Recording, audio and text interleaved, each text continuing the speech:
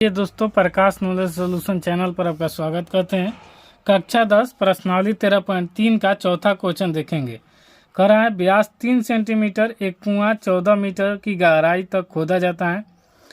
इससे निकली हुई मिट्टी को कुएं के चारों ओर 4 मीटर चौड़ी एक वृत्ताकार वलय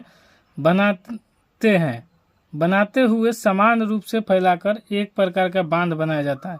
इस बांध का ऊंचाई ज्ञात करें।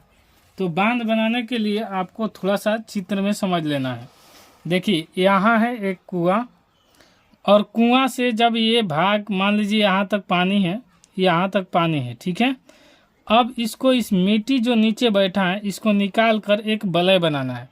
वलय यहाँ पर बनाया गया है। वलय को यहाँ पर आप देखिए, आपको अच्छी तरह समझ में आएगा। कुआं है, कुआं से मिट्टी निकाल कर वलय बनाया गया है।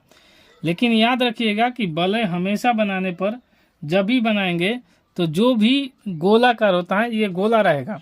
लेकिन जिस चीज़ में गोला में अगर आपको ऊंचाई दे दे या ऊंचाई हो जाए तो उसे हम बेलन मान लेते हैं। तो देखिए यहाँ पर कुआं है, कुआं से मिट्टी निकाल कर एक वलय बनाया गया है। ये यहाँ पर वलय बनाया गया है। इसका ऊंचाई जो दिया है 1.4 इसका त्रिज्या से बनाया गया है। ये बेलन का है। और यहाँ पर जो वलय बनाया गया है इससे एक और जो यहाँ से ये है ये 4 मीटर है। यहाँ पर इस चित्र को यहाँ से समझिए, यहाँ पर चारों तरफ 4 मीटर का वलय बनाया गया है। यहाँ से अगर इसका भी दूर लेंगे यहाँ से तो ये हो जाएगा, फिर यहाँ से भी लेंगे, यानी सब जगह वलय का ये दूरी लगभग 4 मीटर है। और 1.5 तब वलय निकालने के लिए क्या करेंगे, कुएं से जितना निकाली गई मिट्टी है उसी से इस वलय का निर्माण हुआ है। तो ये याद रखिएगा कि वलय का आयतन कुएं से निकाली गई मिट्टी के आयतन के बराबर होगा। ये कुआं है, इससे निकाली गई मिट्टी के आयतन के बराबर होगा। तो यहाँ पर भी कुआं का आयतन होगा तो ये πr² होगा और यहाँ पर भी πr² होगा। इसमें बड़ा बेलन का जो रूप लेगा उसका त्रिज्या 4 और 1.5 हो जाएगा। आपको थोड़ा सा समझने में दिक्कत हो तो थोड़ा सा स्किप करके देख लीजिएगा, मतलब भगा कर। उम्मीद है कि आपको चित्र समझ में आ गया होगा। तो जो दिया है उसे पहले लिख लेते हैं। तो दिया है कुआं का व्यास d बराबर 3 मीटर, तो त्रिज्या व्यास के आधे होता है तो 3/2 मीटर। कुएं का गहराई दिया है 14 मीटर। मिट्टी का वलय का चौड़ाई 4 मीटर। बड़ी वलय की त्रिज्या देखिए, ये बड़ी वलय की त्रिज्या है यहाँ पर, तो ये 4 + 1.5 ये 5.5 होगा। और छोटी वलय का त्रिज्या, ये छोटी वलय का त्रिज्या है तो 1.5 मीटर।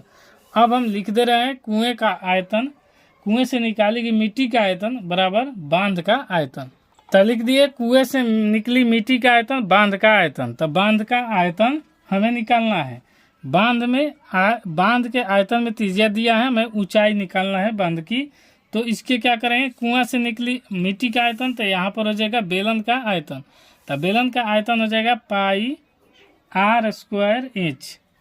यहाँ पर πr² लिखेंगे और इसको बराबर यहाँ पर 2 है तो लिखेंगे πr²,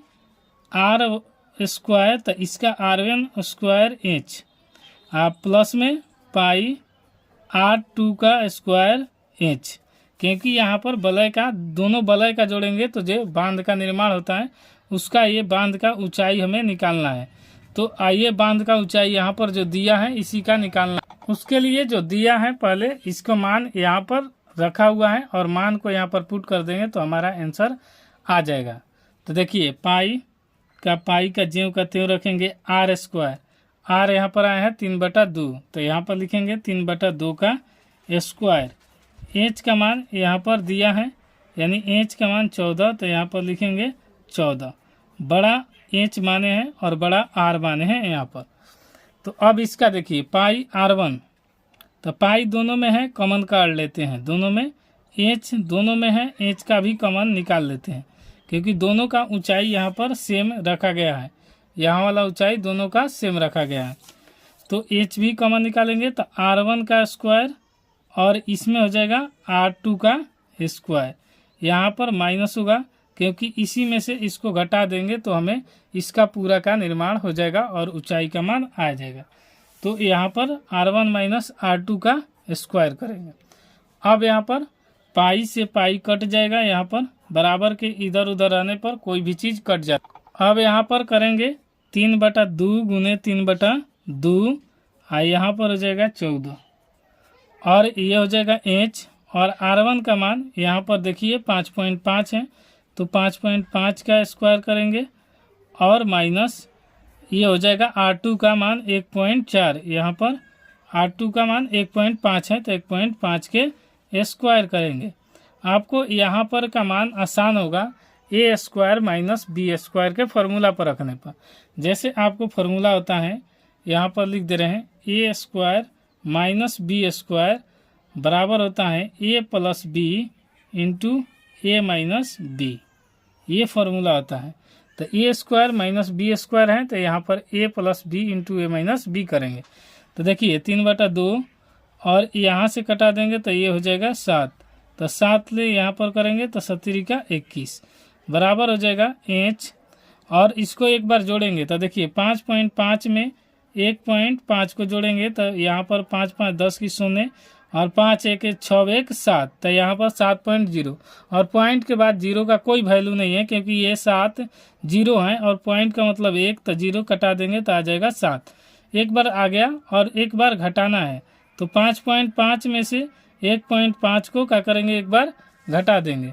तो घटाएंगे तो 0, यहाँ पर 5 में से घटेगा 4, तो ये हो जाएगा 4। तो यहाँ पर लिख लेंगे एच बराबर एक बार ए प्लस बी ए माइनस बी करने पर एक बार यहाँ पर 7 आया है और एक बार आया है 4। तो इसको अब गुना में है तो इस तरफ आगे क्या हो जाएगा, तो भागा में। तो यहाँ पर लिखेंगे 3/2 गुने 21 और ये गुना में 7 गुने 4, यहाँ पर भागा में इस तरफ आके।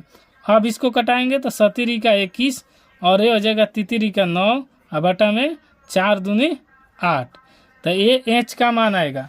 तो हम भाग देना आपको भी यहाँ पर भाग देकर यहाँ पर दिखा दे रहे हैं। 8 को 9 से भागा देंगे तो एक बार में 8, 9 में से 8 घटेगा 1, पॉइंट यहाँ देंगे तो यहाँ 0 बैठ जाएगा। एक बार में 8 लिखेंगे।